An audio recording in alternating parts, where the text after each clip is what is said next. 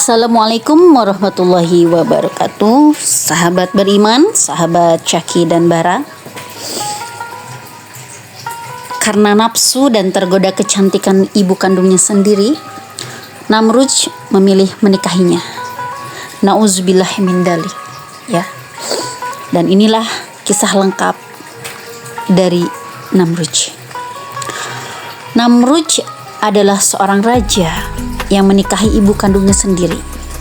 Dan mungkin kisah ini tidak begitu asing ya bagi sahabat beriman, karena memang ini adalah kisah yang begitu fenomenal dan banyak sekali hikmah yang bisa kita ambil untuk menjadi pelajaran agar kita terhindar dari sikap-sikap manusia-manusia yang menantang Allah Tuhan kita. Jadi Namrudz ini adalah seorang pemimpin keturunan kelima dari Nabi Nuh. Namanya itu dikenal sebagai Namrudz bin Kainan bin Qais bin Ham bin Nuh. Dan dia seorang raja yang populer saat itu, sekitar tahun 2275 sampai tahun 1943 sebelum Masehi. Namanya begitu populer. Nah, negara bekas pemerintahan Namrudz itu saat ini disebut Hero, sebuah peradaban Mesopotamia kuno ya, yang banyak disebut dalam kitab suci.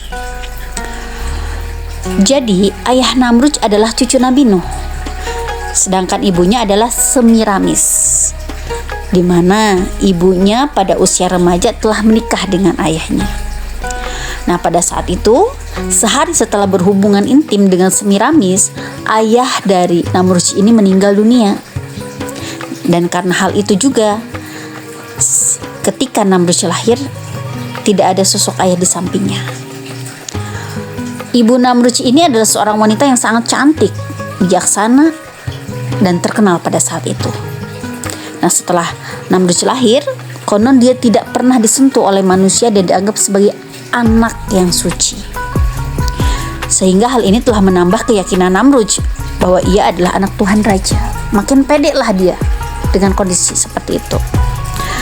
Dan hal yang mendukung membuat dia menantang Tuhannya atau merendahkan Tuhannya adalah Namrudz itu dianugerahi dengan berbagai daya intelektual yang tinggi dan menjadi ahli dalam berbagai bidang seperti bidang seni, desain, matematika, dan ilmu falak. Dan kemudian Namrudz juga telah menemukan sistem seksagesimal yang membagikan lingkaran ke 360 derajat, 1 jam ke 60 menit, 1 menit ke 60 detik. Jadi awal mula penemu aturan atau ilmu-ilmu itu adalah Namrudz, ya. Dan karena keahlian yang dia miliki telah menjadikan dia menjadi manusia yang tidak patut kita contoh kelakuannya. Di samping itu, Namrudz juga mahir dalam perhitungan matematika, dalam konstruksi bangunan-bangunan besar, jembatan, kuil, istana, dan bendungan. Di mana kontribusinya adalah konstruksi sistem saluran irigasi dan lebat Tigris dan Eufrat. Namrudz lah orang pertama yang menggunakan batu bata dari tanah liat yang dibakar sebagai bangunan. Bahkan Namrudz terkenal sebagai arsitek Menara Babel, yaitu bangunan pencakar langit yang pertama di dunia. Sayang seribu sayang, begitu disayangkan. Sebagai seorang ateis, Namrudz telah menyalahgunakan kemampuan itu untuk menyesatkan rakyatnya, di mana Namrudz menggunakan ilmu falak untuk menciptakan berbagai sistem meramal nasib seperti horoskop dan meramal nasib palmistry. Jadi ini ya dasar pangkal awalnya ada itu ramalan-ramalan seperti itu tuh ya. Nah, tujuannya apa? Tujuannya adalah untuk menunjukkan bahwa manusia itu tidak perlu Tuhan, karena manusia mampu memprediksi dan mengubah nasibnya dengan sendiri. Selain itu, Namrudz juga membangun banyak bangunan dan berhala yang megah dan indah agar manusia kagum dengan kehebatan ciptaannya sendiri. Pantas saja ya. Mengundi nasib, ramalan dan sebagainya itu dalam Islam itu sangat dilarang. Menara Babel yang berarti pintu atau pintu gerbang yang sempurna merupakan kuil di mana pendeta-pendeta memuji Namrud. Tujuannya dibangun adalah untuk menaikkan sebuah bangunan yang mampu mencapai kekayangan menurut buku sejarah para rasul dan raja pada abad ke-9 oleh ahli sejarah Islam. Dan para pendahulu Namrud itu menggunakan satu bahasa, yaitu bahasa Suryani. Tetapi ia memecahkannya ke dalam 72 bahasa yang berbeda gitu. Sehingga mereka tidak dapat berkomunikasi satu sama lain dan tidak dapat melanjutkan pembangunan menara tersebut karena kendala tadi ya, kendala bahasa persatuannya Suryani, lalu dipecahkanlah oleh si Namrud ini menjadi 72 bahasa sehingga mempersulit untuk komunikasi antar mereka. Dan Namrud juga sangat meminati ilmu sihir, pantas saja ya, dan menggunakannya untuk mempengaruhi pikiran rakyatnya. Konon Namrud mempelajari ilmu tersebut dari dua malaikat Harut Marut yang pernah dalam Al-Quran diceritakan. Selain itu, Namrud telah memulai suatu era yang baru di mana manusia memandang rendah pada Tuhannya.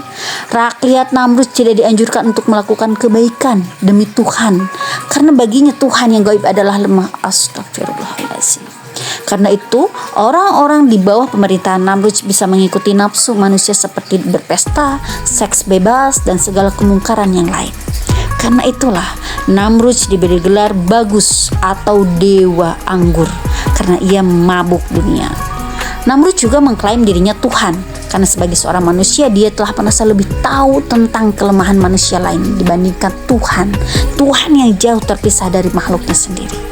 Dan kisah Raja Namrud menikahi ibu kandungnya merupakan seorang yang cerdas menguasai ilmu matematika dan ahli bangunan, di mana salah satu karya Namrud yang terkenal sampai hari ini adalah Menara Babel.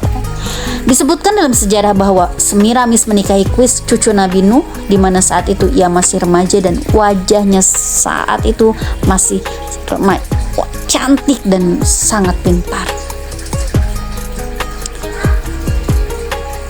Tak lama setelah menikah ia mengandung, namun suaminya meninggal dan anaknya lahir tanpa kehadiran seorang ayah. Tetapi menurut pengakuan Semiramis, dia melahirkan Namrud tanpa ayah dan menganggap dirinya suci tanpa disentuh pria. Pantas saja ya. Sehingga menganggap anaknya Namrud sebagai anak suci yang lahir dari seorang perawan.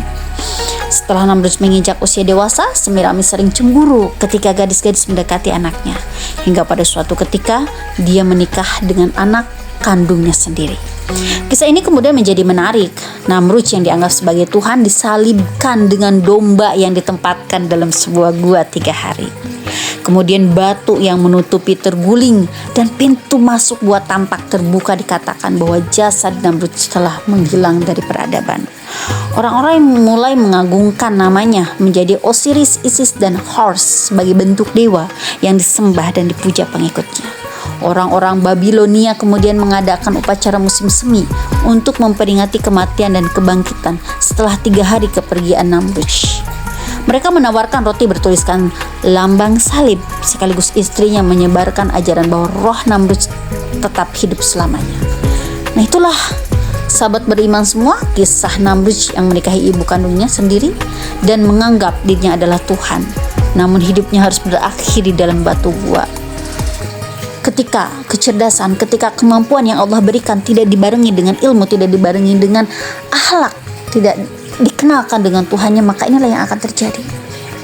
Maka untuk itu semoga kita, saya pribadi, sahabat beriman semua, sahabat Jaki semua bisa mengambil hikmahnya, bahwa setiap apa yang kita dapatkan, apa yang kita miliki, kemampuan sedikit pun yang kita miliki, mengetipkan mata, berjalan, bernapas, itu semua tentunya adalah izin dari Allah Subhanahu wa taala.